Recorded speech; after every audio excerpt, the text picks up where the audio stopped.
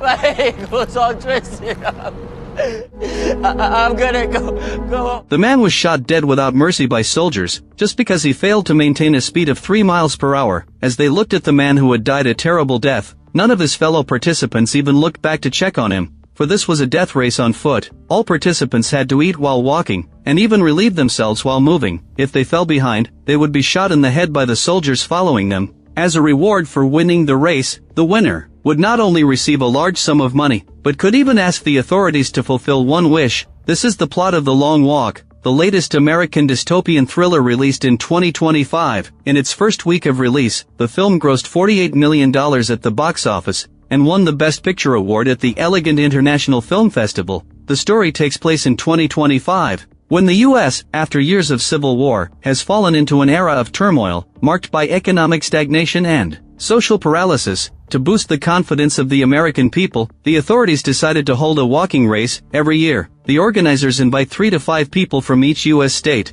to form a 50-person team for the race. The race rules are simple. Participants only need to keep walking forward at the specified speed, and anyone who reaches the finish line wins. As a reward, the winner not only gets a large sum of money, but can even have the authorities fulfill one wish. Once launched, the race became the most popular event in the U.S., but when the participants arrived at the race venue full of confidence, they found that the so-called race was far more difficult than they had imagined. Once the race starts, it cannot be stopped. Only those who reach the finish line are considered winners, and the price of being eliminated is being shot in the head. Although the penalty for this death race is losing one's life, many participants still come forward because of the huge reward. In Roxtown, Texas, USA, Andrew suddenly received an invitation letter from the organizers. According to the rules, those who receive the invitation can withdraw 3 days before the race starts, but Andrew hid the invitation letter and only took it out when the withdrawal deadline had passed. When Lily, Andrew's mother, learned that her son had been selected as a participant,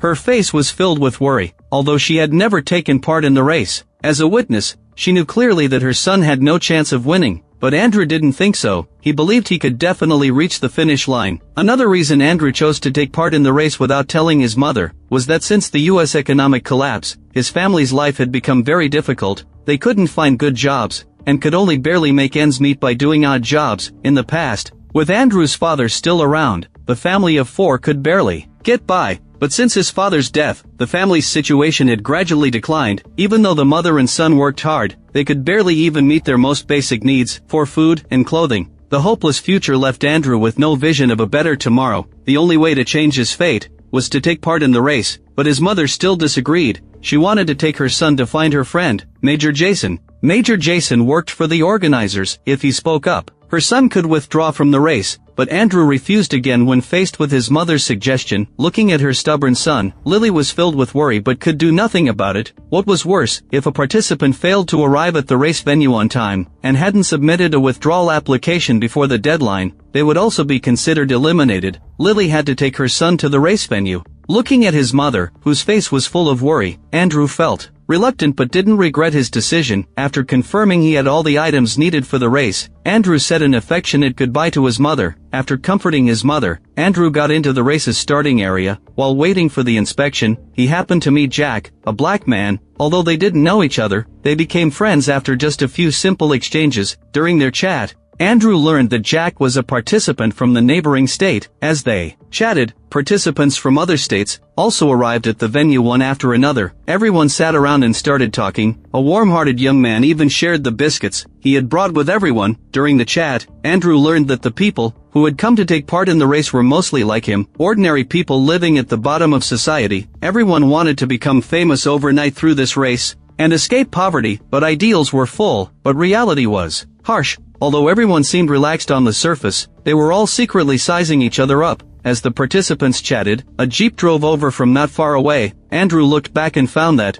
the man standing in the jeep was none other than Jason. It turned out that Major Jason was this year's referee, and would be responsible for supervising the race. After confirming all participants had arrived, the soldiers handed out a number plate and a watch to each person. The number plate served as their identification, while the watch could measure speed and record the journey. Then Jason began to announce the race rules to everyone. The rules were simple: keep walking forward, But completing the race wasn't easy. First, everyone's speed mustn't be lower than 3 miles per hour. If the speed was too slow, a yellow card warning would be issued. Participants must increase their speed within 10 seconds. If they still failed to meet the standard after the time limit, a second warning would be given. During the race, participants mustn't leave the road. Leaving the road would also result in a warning. When someone accumulated 3 yellow cards, it meant they would be eliminated. The race also had an incentive mechanism. If the speed met the standard within 1 hour, 1 yellow card could be waived. The whole race would be broadcast live, and all food and water during the race would be provided by the organizers. Along the way, no one could rest or stop.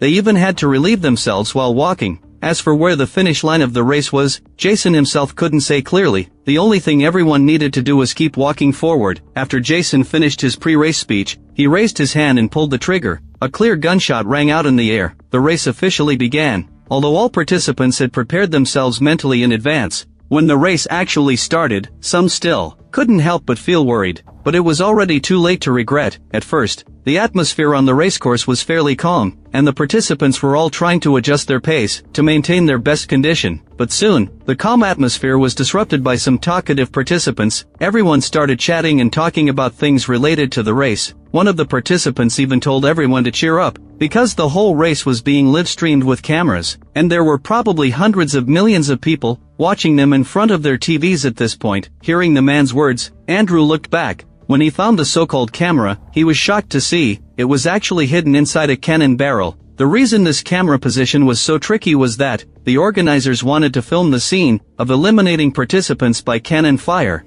Looking at the soldiers behind them, the atmosphere on the racecourse became oppressive. Again, the race soon reached the 5-mile mark. Since the participants were in good physical condition and had all undergone special training before the race to learn how to adjust their speed, no one had received a warning yet. But just as everyone was guessing who would trigger the first warning, a prompt sound rang out among the crowd. Andrew looked back and saw that the one being warned was a man named Jerry. They had chatted with each other before the race, but Andrew had observed Jerry, and Jerry was in good physical shape. Why was he the first to receive a warning? Just as he was wondering, Jack walked over. It turned out that Jerry had just been testing the race's speed limit to adjust his own pace. Just as Jack had guessed, more people in the team soon received warnings one after another. Like Jerry, they were all testing the speed limit. Soon, changes appeared in the team. Some participants who were originally at the front gradually fell behind and were separated from the main group by a distance. But Andrew, Jack, and a few others didn't adjust their pace. They walked at the very front of the team and chatted. As they walked, in the middle of their chat, Jack talked about the origin of the race. It turned out that this race wasn't organized by the authorities to stimulate the economy at all, but was an entertainment event organized by the wealthy to pass the time. Before the race started, the numbers representing each participant had been sent to the wealthy, who were placing bets to predict who would win the race. It was said that the amount of money in the betting pool was hundreds of millions of times the prize money. Although the participants thought the wealthy's behavior was very excessive, none of them complained much. After all, it was actually because of the funding from the wealthy that the organizers had the prize money to distribute. This was like throwing a steamed bun into a crowd of hungry people. If they wanted to eat the bun, they had to follow the rules. Even though they knew they might not be the one to get the bun, everyone still wanted to give it a try. With company, no one felt too bored, and walking didn't seem too tiring either. Seeing the people ahead chatting happily, number 49, who was at the end of the team, also came over to join them. The man introduced himself as Eric. He didn't join the race for the prize money. He just wanted to write a book about the race and have it published. But upon hearing Eric's idea, the people around him were not optimistic. If he could win the race, the prize money would be far more than the income from publishing a book.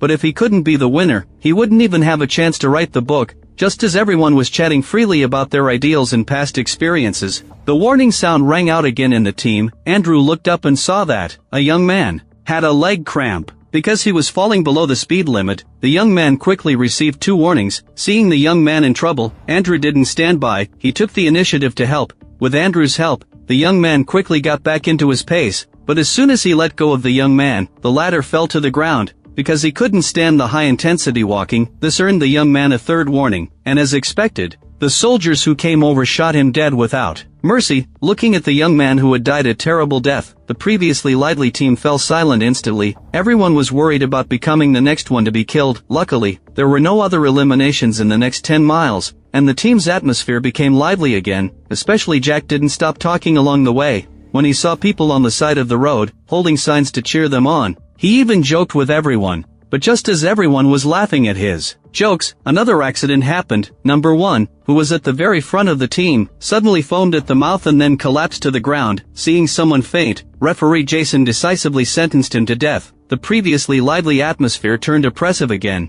Because of the uncle's elimination, after passing through a plane, the participants arrived at a dam. It happened to be the afternoon, and the sunlight reflected on the water, creating a golden lake that was very dazzling. The sudden appearance of the beautiful scenery made the oppressive team relax again. Just as everyone thought no more accidents would happen next, one of the participants at the front of the team suddenly got into an argument with another participant named Frank. Frank had originally wanted to chat with the man, but his way of striking up a conversation was rather awkward. The two started arguing, and the man's pace was disrupted by the quarrel. Then tragedy struck. The man accidentally fell and couldn't get up for a while. In the end, he received 3 warnings and was shot in the head. Realizing that a participant was causing trouble in the team, the others quickly figured out that Frank had deliberately provoked the man to eliminate others. The participants, having realized what was happening, began to denounce Frank. Everyone accused him of being a disgusting person. When they heard someone speak up, the others chimed in. But the accusations didn't last long, as no one wanted to waste their energy on such a thing. Frank, who was being accused, also felt very guilty. He really had no such intention. He had just been chatting with the man, and he never expected to provoke him. Seeing Frank hitting himself, the participants who had been angry just now stopped their criticism. The race soon reached the 35-mile mark, and an uncle suddenly got a stomachache for no reason. He wanted to stop to take care of his physical needs, but 10 seconds was too short, nowhere near enough time for him to do so. To avoid being killed, the uncle had no choice but to relieve himself while walking, filling the team with a terrible stench. At first, the uncle thought he had just eaten something bad, but after relieving himself, he didn't get better. Instead, he developed abdominal cramps. The severe pain made him unable to move forward, and after receiving 3 warnings, the uncle was eliminated. In the evening, the participants passed the 35-mile mark, and the sky gradually turned dark. During this time, more than a dozen participants were killed for various reasons. From the original 50 people, only over 30 remained. Although there were still many participants around, everyone knew that most of them wouldn't survive the night. In the early hours of the morning, after walking for a whole day, the participants were both tired and sleepy. To stay awake, some tried to refresh themselves by drinking water and eating, but the exhaustion from the long-distance march couldn't be relieved by food. A few unlucky participants couldn't hold on, and were finally eliminated. At the front of the team, Andrew, Jack, and a few others were still holding on. They talked about everything, from astronomy to geography, and from their families to neighborhood gossip. Even though the conversation never stopped, Andrew, Jack, and the others were still very tired. Just as Andrew was about to fall asleep, a gunshot suddenly rang out behind him. He looked back and saw that another participant had been eliminated. Come on, Forrest. You're dying tonight. You're dying tonight. The sound of gunshots in their ears woke the exhausted crowd from the fear of death. But everyone soon realized that in such a high-intensity race, even fear would fade into dullness. Gunshots kept ringing out in the team, and more participants fell to the ground. He didn't know how much time had passed when he saw a bleak white light appear on the edge of the sky. After a night of eliminations, only over 20 people remained from the original 50-person team. After leaving the valley, they reached the edge of the city, but the finish line still hadn't appeared. Andrew felt he could barely hold on anymore. He began to regret not listening to his mother's persuasion and insisting on joining the race. But what was the use of complaining now? Jack noticed Andrew's unusual state. Although they were competitors, they had built a deep friendship during the previous part of the race. After hearing Jack's consolation, Andrew's mood gradually calmed down. He adjusted his pace and tried his best to keep up with the team. Thanks to Jack, they had been staying at the front of the team. The group comforted and encouraged each other, and walked another 10 miles forward. The participants reached the 67-mile mark,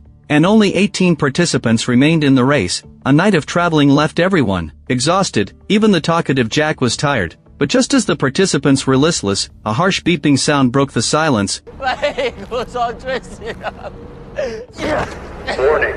Third warning, 49. I'm gonna go.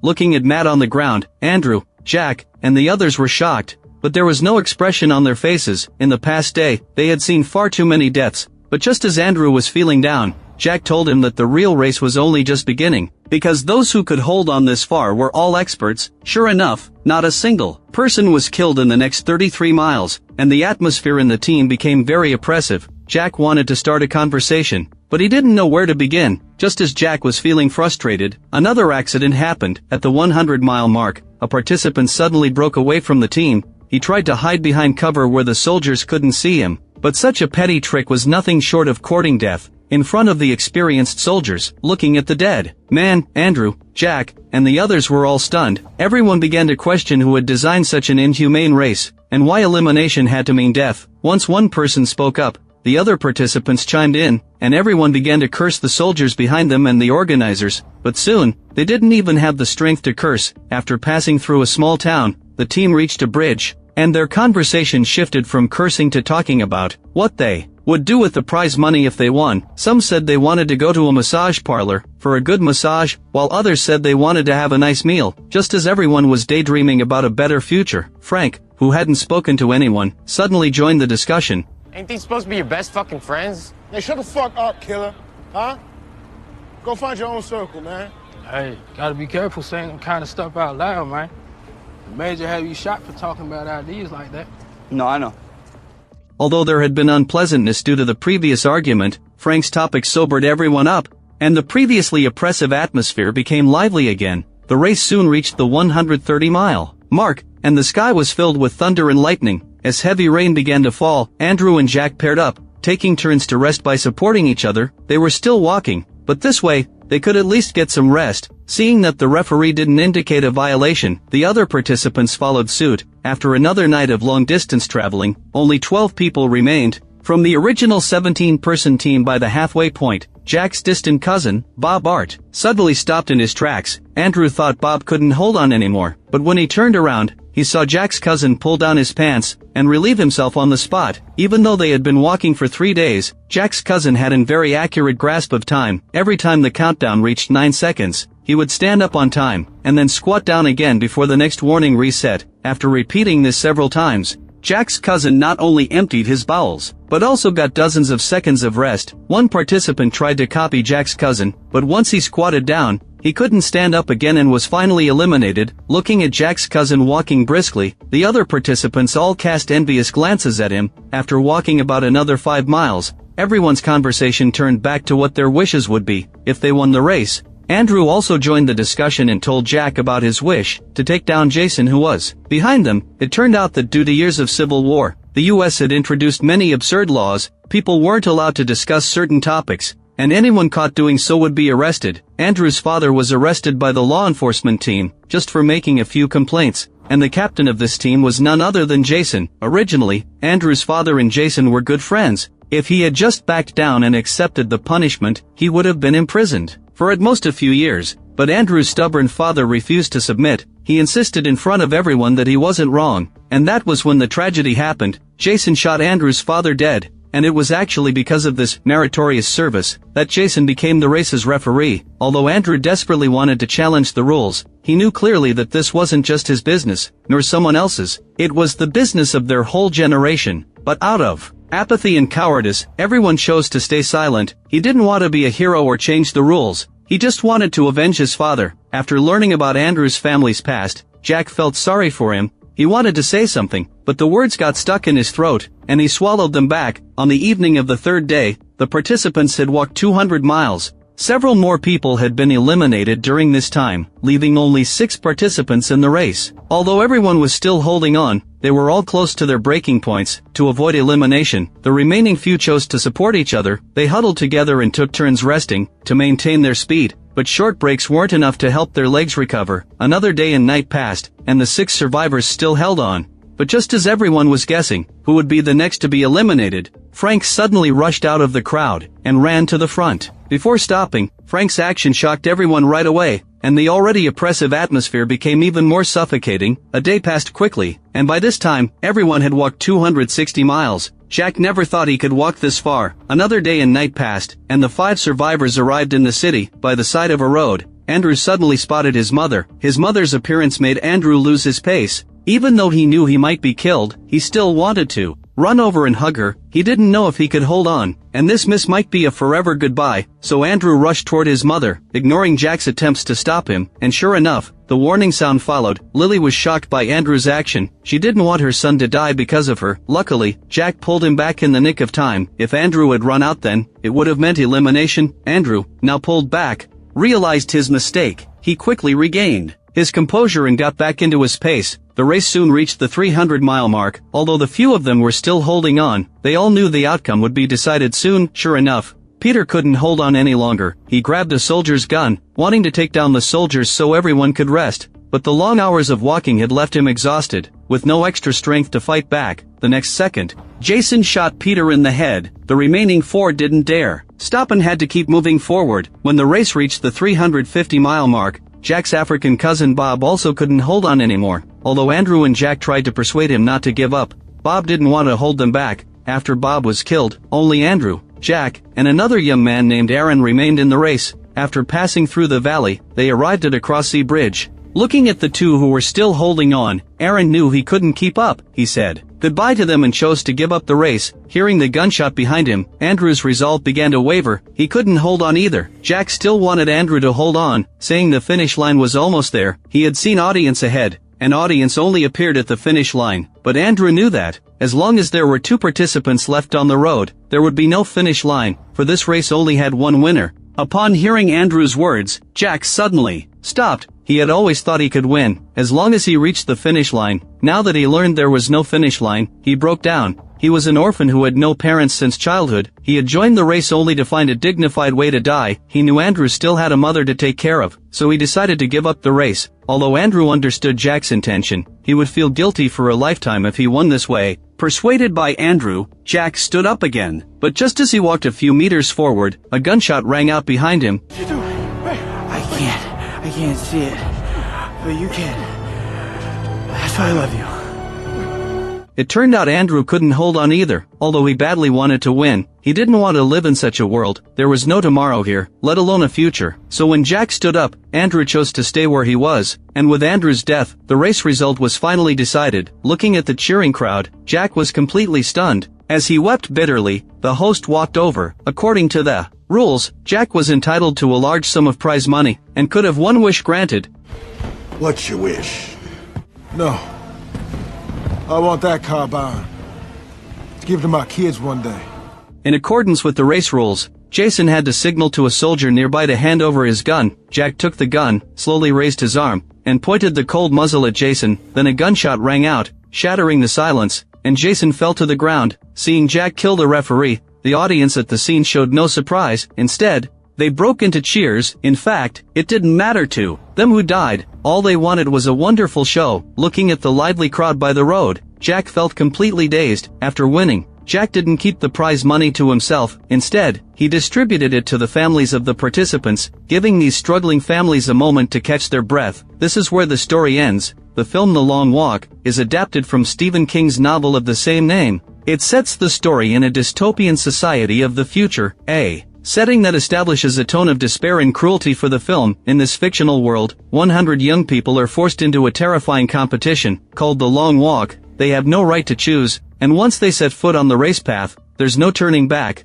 This shares a similar sense of helplessness, with the teenagers forced to take part in the life or death games, in the Hunger Games, yet it shows a unique sense of despair. In its plot and atmosphere, the film's innovation in the horror genre is great. It breaks away from the traditional horror film trope of relying on supernatural elements, and instead uses a realistic, brutal competition to create a suffocating horror atmosphere. In terms of thematic exploration, the film delves into issues such as human nature, society, and survival, prompting the audience to reflect constantly during the viewing experience, and boasting considerable ideological depth. But the film isn't without flaws. During the plot progression, some scenes have logical inconsistencies. For example, the motives of certain participants, when facing desperate situations, aren't clear enough, making the character's transformation seem rather abrupt. Besides, in terms of character development, while the protagonists are well-rounded, some supporting characters are rather underdeveloped. They exist mostly to advance the plot, lacking independent personalities and depth,